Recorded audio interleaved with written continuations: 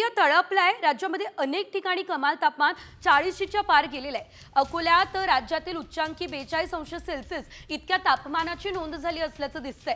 पुढील काही दिवस राज्यामध्ये उकाडा सुद्धा कायम राहणार असल्याचं सांगितलं जात आहे आणि त्यामुळे गरज असेल तरच घराबाहेर पडा हा इशारा प्रशासनानं दिलेला आहे। राज्यात कुठे आणि किती तापमान आहे तेही आपण बघूया।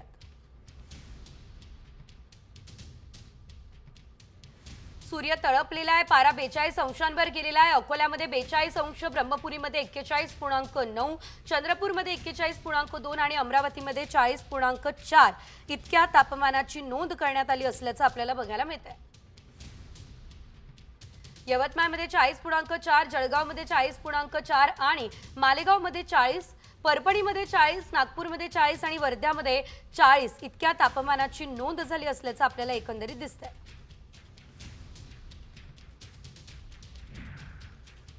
तर राज्यात आपण पाहतोय उष्णतेच्या लाटेचा इशारा हवामान विभागाने दिलाय। अनेक भागांमध्ये तापमान 40°वर गेलंय आणि वाढत्या उष्णतेमुळे उष्णतेशी संबंधित आजार बळावण्याची शक्यता आहे। या पार्श्वभूमीवर केंद्र सरकारने राज्याला आरोग्य सुविधा अधिक बळकट करण्याचे निर्देश सुद्धा दिलेले आहेत।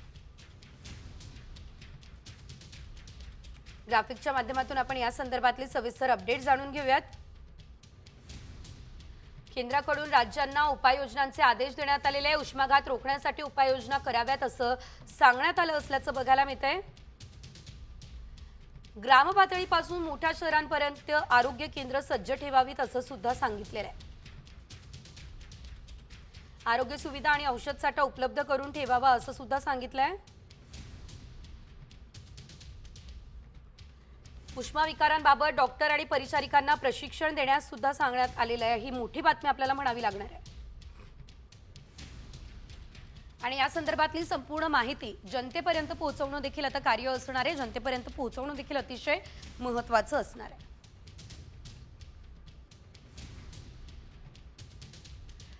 राज्यभरात सातत्याने वातावरणामध्ये बदल होत असल्याचं आपल्याला बघायला मिळतंय आणि त्यामुळे आरोग्याची काळजी घेणंही तितकंच गरजेचं आहे। पुढे एक मोठी बातमी आणि ही राजकीय बातमी आहे। उपमुख्यमंत्री एकनाथ शिंदे यांच्या व्यंगचित्राचं पुण्यात होर्डिंग लावणाऱ्या विरोधात गुन्हा दाखल करण्यात आलेला आहे। पुण्यातील अलका चौकामध्ये लागलेल्या होर्डिंगवरती रिक्षा, गुवाहाटी, दाढी, चष्मा आणि गद्दार या शब्दाला महाराष्ट्रामध्ये बंदी आहे का या आशयाचा मजकूर लिहिण्यात आलेला आहे।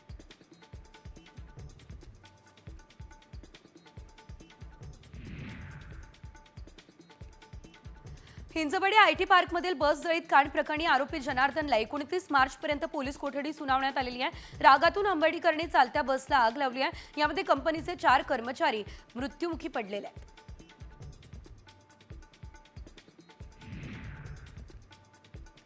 पुणे स्वारगेट लैंगिक अत्याचार प्रकरणातील पीडितेने मुख्यमंत्री आणि उपमुख्यमंत्र्यांची भेट घेतली। यावेळेस पीडितेने सगळी आपबीती मुख्यमंत्र्यांसमोर मांडली। या प्रकरणामध्ये असीम सरोदे यांना विशेष सरकारी वकील म्हणून नियुक्त करा ही मागणी तिने केली आहे।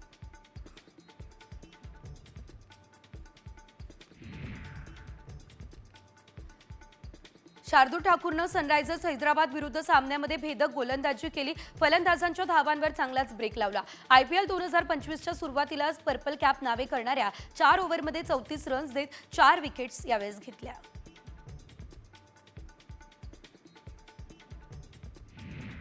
चेन्नई सुपर किंग्स आणि रॉयल चॅलेंजर्स बंगळुरू आज आमने-सामने येणार आहे। या लढतीत बंगळुरूचा विराट कोहली आणि चेन्नईचा महेंद्रसिंग धोनी यांच्यावर चाहत्यांचं विशेष लक्ष असेल। चेन्नईने 5 वेळा IPLचं जेतेपद पटकावलंय तर दुसरीकडे बंगळुरूची पाठी कोरीच आहे। लखनौ सुपर जायंट्स संघानं हैदराबाद विरुद्ध विस्फोटक बॅटिंग केली। 5 विकेट्सने विजय मिळवला। गोलंदाजांनी हैदराबादच्या फलंदाजांवरती आळा घातलेला आहे तर निकोलस पुरन आणि मिचेल मार्शने हैदराबादच्या गोलंदाजीची धुलाई केली आहे। या विजयासह लखनौने गुणतालिकेमध्ये आपलं खातं उघडलंय। डमी शाळांमध्ये प्रवेश घेणाऱ्या मुलांना 12वीची परीक्षा देता येणार नाहीये असा इशारा CBSEने आता दिलेला आहे। तर डमी शाळांमध्ये प्रवेशानंतरची दुष्परिणामांची जबाबदारी स्वतः विद्यार्थी आणि त्यांच्या पालकांची असणार आहे असं सुद्धा CBSEने सांगितलं। विद्यार्थ्यांना वर्गात 75% उपस्थिती अनिवार्य आहे। दक्षिण कोरियामध्ये मोठा वणवा लागलेला आहे। आगीवरती नियंत्रण मिळवण्याचे प्रयत्न सुरू आहे। या आगीमध्ये हजारो वर्ष जुनं बौद्ध मंदिर जळून खाक झालंय तर 27 जणांचा यामध्ये मृत्यू झाला आणि या वणव्याचे अनेक व्हिडिओ व्हायरल होत आहेत। यामध्ये आगीच्या प्रचंड ज्वाळा आणि धुराचे लोट परिसरामध्ये पसरल्याचं दिसतंय।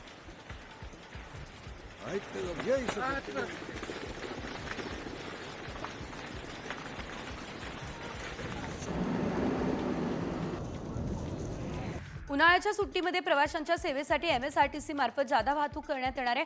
उन्हाळी जादा वाहतुकीसाठी दररोज लांब पल्ल्याच्या 764 फेऱ्यांचं नियोजन हे करण्यात आलेलं आहे. या सर्व फेऱ्या आगाऊ आरक्षणासाठी उपलब्ध करून देण्यात आल्या. प्रवाशांनी जादा वाहतूक सेवेचा लाभ घ्यावा असं आवाहन SD महामंडळानं केलं.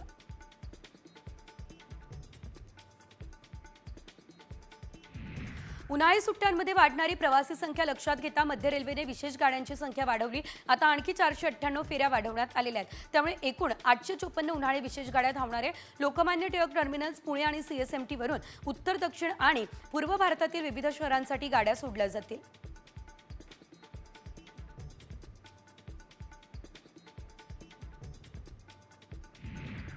नववर्षाचं स्वागत आणि यात्रेनिमित्त डोंबिवलीमधील श्री गणेश मंदिर संस्थानतर्फे भव्य शोभायात्रेचं आयोजन करण्यात आलं. या शोभायात्रेनिमित्त रविवारी फडके रोडवरील वाहतूक पहाटे 4 ते दुपारी 1 या काळामध्ये बंद ठेवण्याचा निर्णय वाहतूक विभागानं घेतला. दरम्यान पर्यायी मार्गांचा वापर नागरिकांनी करावा हे आवाहन पोलिसांनी केलं.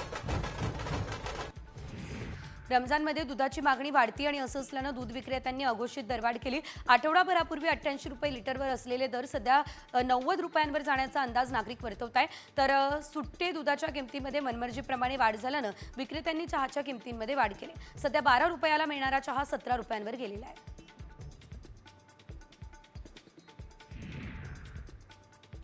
पुणे महानगरपालिकेमध्ये चालू आर्थिक वर्षासाठी सुमारे 2229 कोटी रुपयांची रक्कम झालेली आहे. चालू आर्थिक वर्षासाठी महापालिकेने 2079 कोटी रुपयांची मालमत्ता कराच्या उत्पन्नाचं उद्दिष्ट ठेवलं.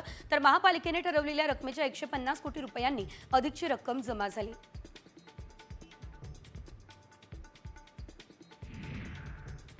पुणे शहरातली वाहतूक कोंडी तब्बल 53% कमी झालेली आहे. तर वाहतुकीचा वेग जो आहे तो 10.44% वाढला असल्याचं देखील बघायला मिळतंय.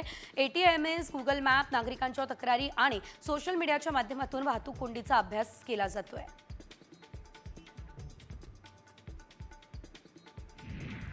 आलिशान चारचाकी गाडीतील तापमान नियंत्रित ठेवण्यासाठी पंढरपूरमधील आयुर्वेदिक डॉक्टर रामहरी कदम नामी युक्ती केली आहे आणि देशी गाईचं शेण आणि गोमूत्राचा लेप गाडीला दिलेला आहे. तर यामुळे गाडीतील तापमान 50% नियंत्रित झाल्याचा दावा त्यांनी केला आहे. तर शेणानं लेपन केलेल्या आलिशान चारचाकी गाडीची सध्या पंढरपूरमध्ये चांगलीच चर्चा रंगलेली आहे.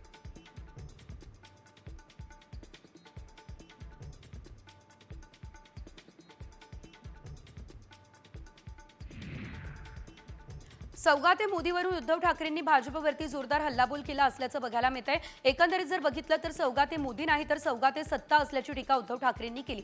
निवडणुकीमध्ये बटेंगे तू कटेंगे म्हणणारे आता सौगात वाटताय असा टोला त्यांनी लगावला.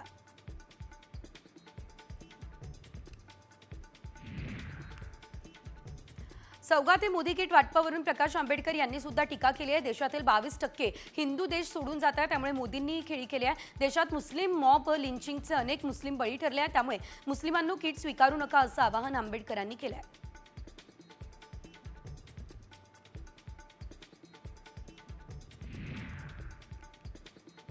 सौगा ते मोदीवरून अबू आझमी यांनी आता भाजपवरती टीका केली. भाजपने एकही मुस्लिम मंत्री दिला नाही आणि सौगात वाटताय. सौगातऐवजी भाईचाराच्या गोष्टी करा असं अबू आझमी यांनी सुनावलं.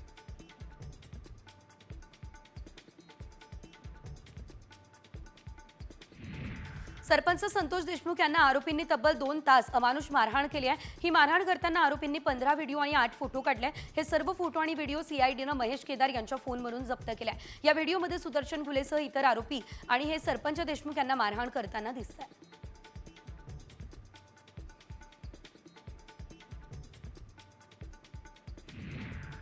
सरपंच संतोष देशमुख हत्या प्रकरणामध्ये ऑफिस बॉयचा जबाब महत्त्वाचा ठरला. आवादा कंपनीच्या ऑफिस बॉयच्या जबाबामुळे कराड गँगचा टप्प्यामध्ये कार्यक्रम झालेला आहे. ऑफिस बॉयची कबुली जबाबातून हत्येचं कारण आणि वादाची ठिणगी कुठे पडली याचा संपूर्ण घटनाक्रम समोर आला आहे.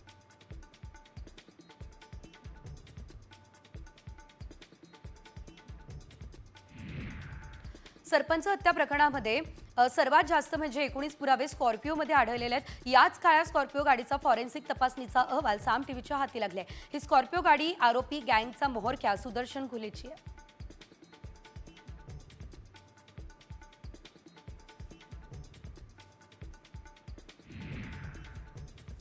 सरपंच संतोष देशमुख हत्या प्रकरणाचा खटला फास्ट ट्रॅक कोर्टामध्ये चालवा ही मागणी धनंजय देशमुख यांनी केली. जोपर्यंत सर्व आरोपींना फाशी होत नाही तोपर्यंत समाधानी म्हणणं घाईचं असेल असं म्हणत त्यांनी आरोपींना फाशीची शिक्षा व्हावी अशी मागणी केली.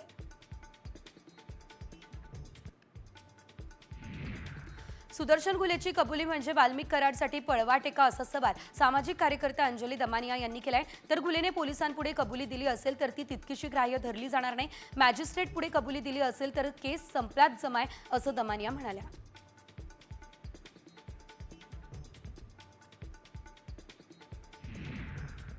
वाघ्या कुत्र्याच्या स्मारकाच्या वादावरती सरकारनं इतिहास तज्ज्ञांसह एक समिती नेमावी. या समितीनं दोन्ही बाजू ऐकाव्यात असं होळकर यांचे वंशज भूषणसिंह होळकर यांनी म्हटलं. स्मारकासोबत आमच्या भावना जोडल्या गेल्या आहेत आणि त्यामुळे विरोधात काही लोक भूमिका घेत असतील तर आम्हाला ते मान्य होणार नाही असंही ते म्हणाले. शिवरायांचा अवमान करणाऱ्या प्रशांत कोरटकरची कोठडी आज संपणार आहे. कोरटकरला कोल्हापूर जिल्हा सत्र न्यायालयासमोर हजर केलं जाईल. तर कडेकोट बंदोबस्तामध्ये कोरटकरला कोर्टात आणलं जाईल. कोरटकरच्या कोठडीमध्ये आणखी किती दिवस वाढ होते याकडे सर्वांचं लक्ष आहे.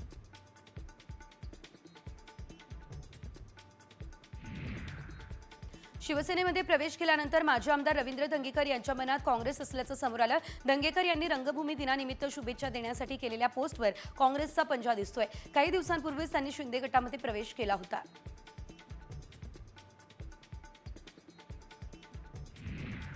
उपमुख्यमंत्री अजित पवार कोल्हापूर दौऱ्यावर असताना जिल्हाधिकाऱ्यांवर चांगलेच भडकले. उपमुख्यमंत्र्यांच्या ताफ्यात चांगल्या सुस्थितीमधल्या गाड्या का नाही असा जाब अजित पवार यांनी विचारला. ताबडतोब 2 नवीन गाड्या घ्या असे जिल्हाधिकाऱ्यांना आदेशही दिले.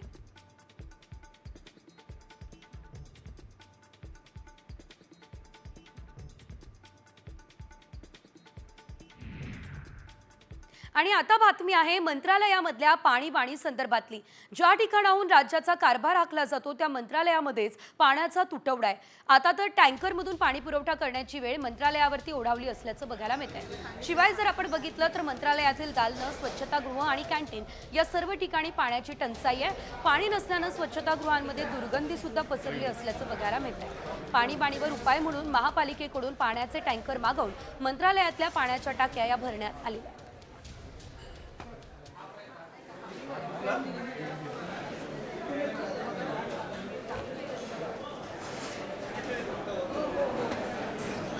टँकरद्वारे पाणी पुरवठा खरं तर मंत्रालयामध्ये केला जातोय. मंत्रालयच पाणी विना असल्याचं आपल्याला बघायला मिळतं.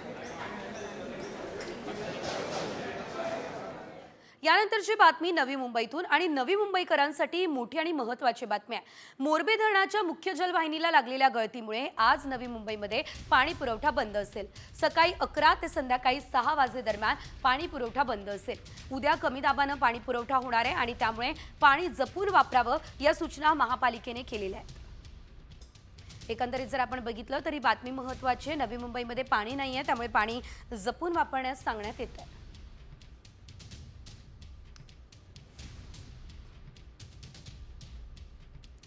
आणि यानंतर संपूर्ण राज्यभरातल्या बातम्यांचा वेगवान आढावा 36 जिल्हे 36 रिपोर्टर्समध्ये. महाराष्ट्रावर पुन्हा एकदा अवकाळी पावसाचं संकट ओढवण्याची शक्यता हवामान विभागानं वर्तवली असल्याचं आपल्याला बघायला मिळतंय. पुढील 48 तास मुसळधार पावसाचा धोका असल्याचं स्पष्ट झालंय. हा अचानक होणारा पाऊस शेतकऱ्यांच्या फळबागा, भाजीपाला पिकांवर याचा फटका बसू शकतो असं देखील बघायला मिळतंय. याबाबत शेतकऱ्यांनी दक्षता घ्यावी असं आवाहन प्रशासनानं केलंय.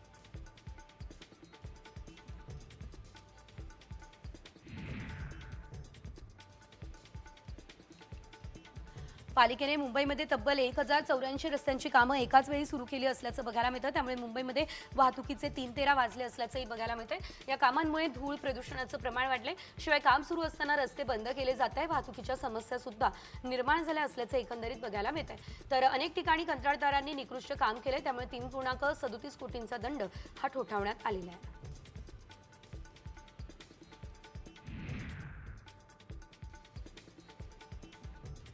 वसई विरार शहराला पाणी पुरवठा करणाऱ्या सूर्या धरणाच्या विजेच्या रोहित्रामध्ये बिघाड निर्माण झालाय. याचा परिणाम पाणी पुरवठ्यावर झाल्याचं प्रशासनानं स्पष्ट केलंय. त्यामुळे वसईमधील काही भागांमध्ये शुक्रवारी सकाळी 5 ते शनिवारी सकाळी 5 वाजेपर्यंत पाणी पुरवठा बंद ठेवला जाईल असं पाणी पुरवठा विभागानं स्पष्ट केलं.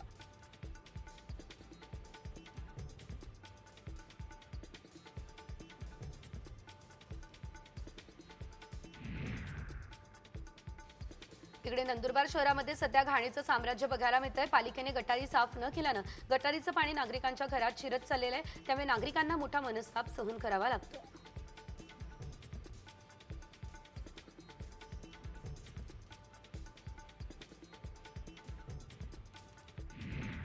अलिबाग शहरातील जिल्हा रुग्णालयामध्ये पिण्याच्या पाण्याच्या फिल्टरमध्ये माती आणि अळ्या आढळलेल्या आहेत। त्यामुळे रुग्ण आणि रुग्णांचे नातेवाईक याशिवाय रुग्णालयाच्या कर्मचाऱ्यांचे आरोग्य धोक्यात आले। नवजात शिशु यांच्या विभागामध्ये असणाऱ्या फिल्टरमध्ये माती आढळलेली आहे।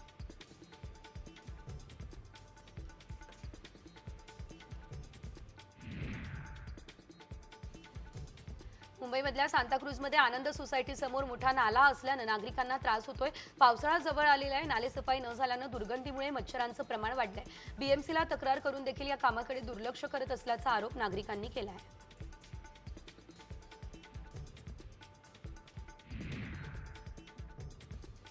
कल्याणच्या चिंचपाडा गावामध्ये कचऱ्याच्या दुर्गंधीमुळे नागरिकांना अनेक आजारांना सामोरं जावं लागत असल्याचं बघायला मिळतंय। याबाबत केडीएमसीला पत्र पाठवून सुद्धा दुर्लक्ष केलं जात असल्याचा आरोप नागरिकांनी केलेला आहे। पालिका अधिकाऱ्यांनी याकडे लक्ष देण्याची मागणी सुद्धा नागरिकांनी केली असल्याचं बघायला मिळतंय।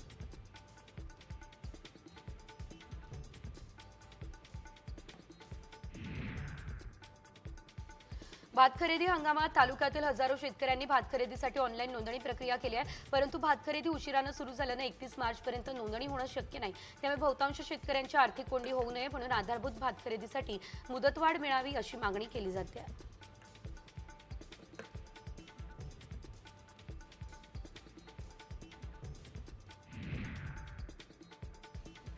बदलापूरमधील उल्हास नदी गटारगंगा होण्याच्या मार्गावरती आहे। एरंजाड आणि आंबेशिव गावाजवळ उल्हास नदीवरती जलपर्णीचा गालिचा पसरलाय। जलपर्णीमुळे नदीतील मासे आणि जलचरांचं अस्तित्व धोक्यात आलंय। एवढ्या मोठ्या प्रमाणात नदीचं प्रदूषण होत असताना देखील प्रदूषण नियंत्रण मंडळानं अधिकारी नेमकं करताय तरी काय असा संतप्त सवाल नागरिकांमधून उपस्थित केला जातोय।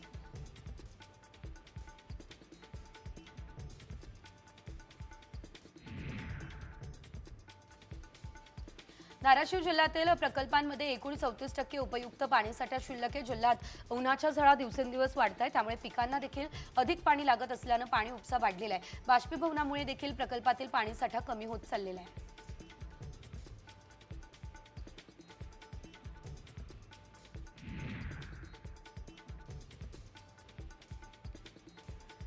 एसटीमधील प्रवाशाला बस कंडक्टरकडून मारहाण झाल्याचा प्रकार समोर आलाय। तिकिटातील 1 रुपया मागितल्याचा राग आल्यानं प्रवाशाला मारहाण झाल्याची घटना हिंगोलीमध्ये घडली। या प्रकरणी पोलिसात गुन्हा देखील दाखल करण्यात आलेला आहे।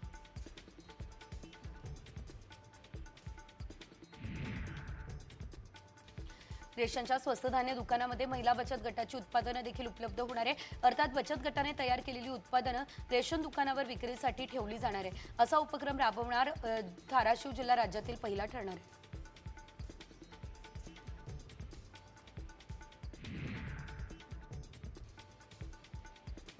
जळगावच्या वरखेडे शिवारातील विहिरीमध्ये बिबट्याचा मृतदेह पाण्यावर तरंगताना आढळून आला असल्याचं बघायला मिळतंय। तर याबाबत माहिती मिळताच वन विभाग घटनास्थळी जाऊन मृत बिबट्याला विहिरीतून बाहेर काढताना दिसलाय।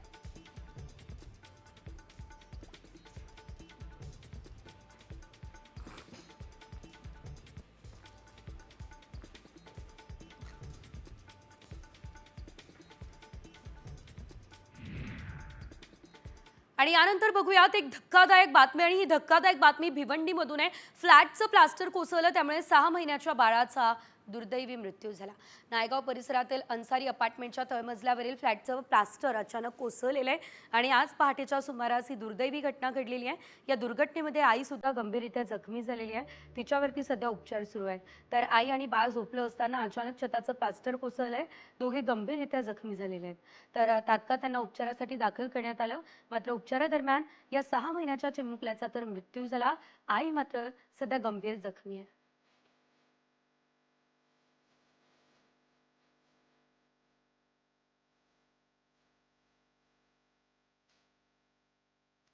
पुन्हा एकदा वळूयात वेगवान बातम्यांकडे। गळ्यात नोटांचा हार घालून महिला सरपंचानं नांदेडच्या जिल्हा परिषद कार्यालयासमोर आंदोलन केलं असल्याचं बघायला मिळतंय। कामं मार्गी लावण्यासाठी जिल्हा परिषद कार्यालयातील अधिकारी आणि कर्मचारी पैसे मागतात असा महिला सरपंच मुक्ताई पंचलिंगे यांनी आरोप केलेला आहे। मुक्ताई पंचलिंगे नांदेड तालुक्यातील इंजगावच्या सरपंच आहेत।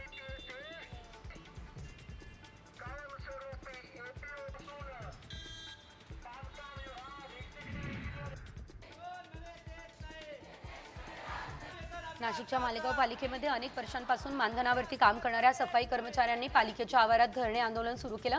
ठेकेदार कंपनीने कमी पगारात या कर्मचाऱ्यांकडून काम करून घेतलं। गेल्या काही वर्षांपासून कुठलाही बोनस अथवा कुठलाच पगार दिलेला नाही। या विविध मागण्यांसाठी सफाई कामगारांनी ठिय्या केलेला आहे।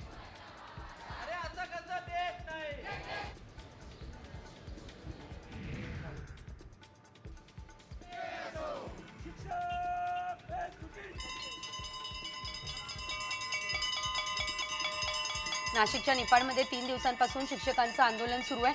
7व्या वेतन आयोग सेवा पुस्तकांची पडताळणी शिक्षण विभागानं केलेली नाहीये. त्यामुळे आता दिरंगाई करणाऱ्या सर्व कर्मचाऱ्यांवर कारवाईची मागणी यावेळेस केली जाते.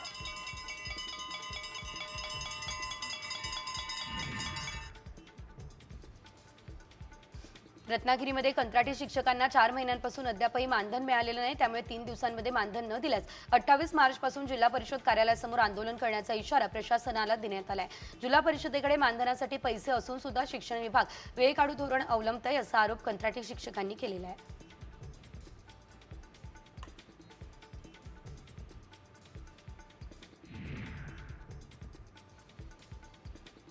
पुण्यातील नो पार्किंगमध्ये वाहनं उभं करणाऱ्या वाहनांना घेऊन जाणाऱ्या टोईंग वाहनावर पोलिसांनी दंडात्मक कारवाई केली. नियम मोडणाऱ्या टोईंग वाहनाला पुणे पोलिसांनी दणका देत 500 रुपयांचा दंड सुद्धा वसूल केला.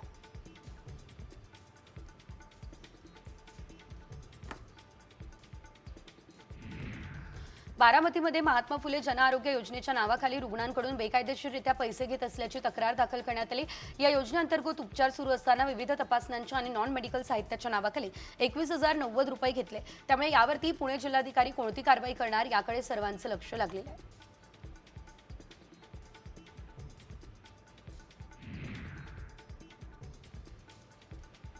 भंडारामधल्या सिल्लीच्या विविध कार्यकारी सोसायटीच्या रेशन धान्य दुकानामध्ये अपेक्षित स्टॉकपेक्षा अधिक धान्यसाठा आढळला. यावरून आता रेशन दुकानावरती कारवाई करण्यात आलेली आहे. परवाना सुद्धा रद्द करण्यात आलेला आहे.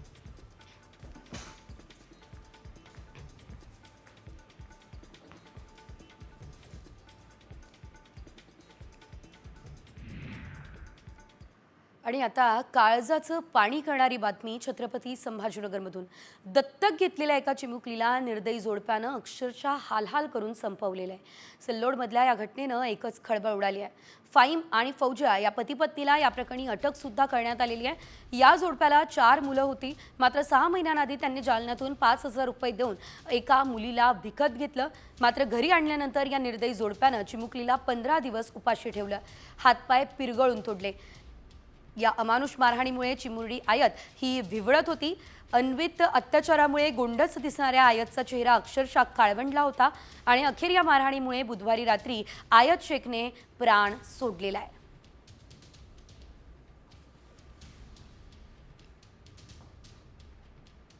तर अशा प्रकारचे कृत्य करणाऱ्यांवरती कठोरात कठोर कारवाई होणं अतिशय गरजेचं आहे. पुढे एक मोठी बातमी आणि ही बातमी पालकांसाठी महत्त्वाची आहे. आधीच वाढत्या महागाईमुळे त्रस्त असलेल्या पालकांच्या खिशाला आणखी भुर्दंड बसणार आहे. स्कूल बसची फी 10 ते 12% वाढवण्याचा निर्णय स्कूल बस ओनर्स असोसिएशनने घेतलेला आहे. 1 एप्रिलपासून ही भाडेवाढ लागू करण्यात येणार आहे. दरम्यान मुलांच्या सुरक्षेसाठी राज्य सरकार नवी नियमावली तयार करणार अशी सुद्धा माहिती सध्या तरी मिळते.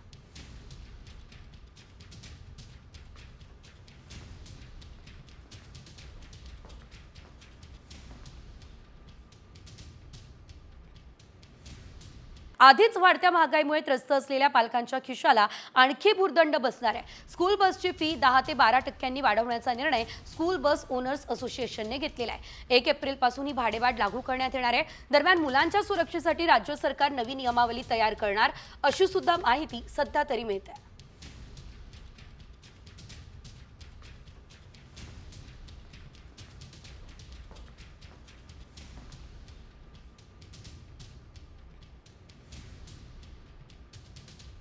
यानंतर पुढे एक महत्त्वाची बातमी आहे. कर्नाळा अभयारण्यामध्ये संरक्षण घटले म्हणून लावलेल्या लोखंडी पत्र्यांची चोरी झालेली आहे. गावातल्या तरुणांनी चोरांना पकडण्याचा प्रयत्न केलेला आहे. मात्र अंधाराचा फायदा घेत 3 चोरटे मुद्देमाल आणि टेम्पो तिथेच टाकून पसार झालेले आहेत.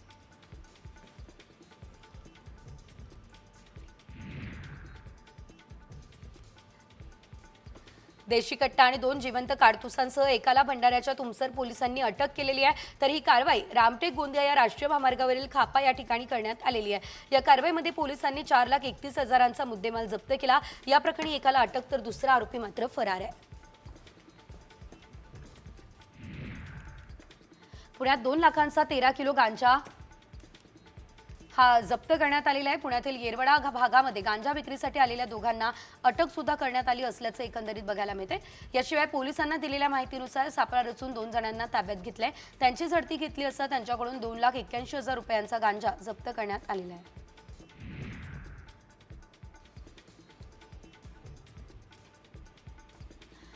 परभणीमध्ये क्रीडा अधिकारी कविता नावंदेला 1.5 लाखांची लाच घेताना रंगेहात पकडलं. क्रीडा स्पर्धेचे बिल आणि स्विमिंग पूल मान्यतेसाठी लाच मागितली. 2.5 लाखांची लाच मागितली, ज्यामध्ये 1.5 लाख स्वीकारताना रंगेहात पकडण्यात आलं. त्यामुळे कविता नावंदे एसीबीच्या जाळ्यात अडकली आहे.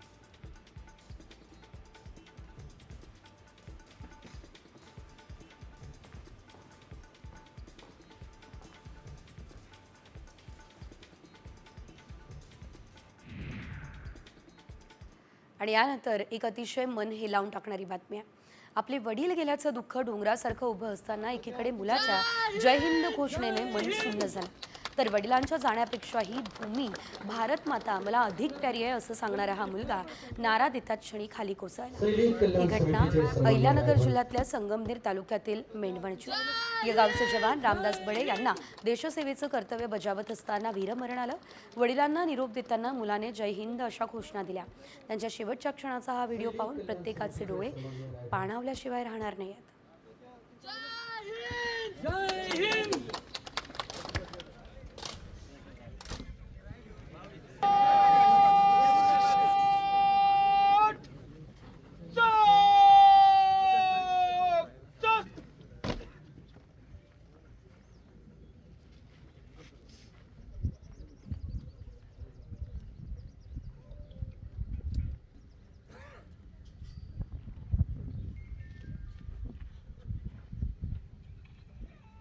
Thank you.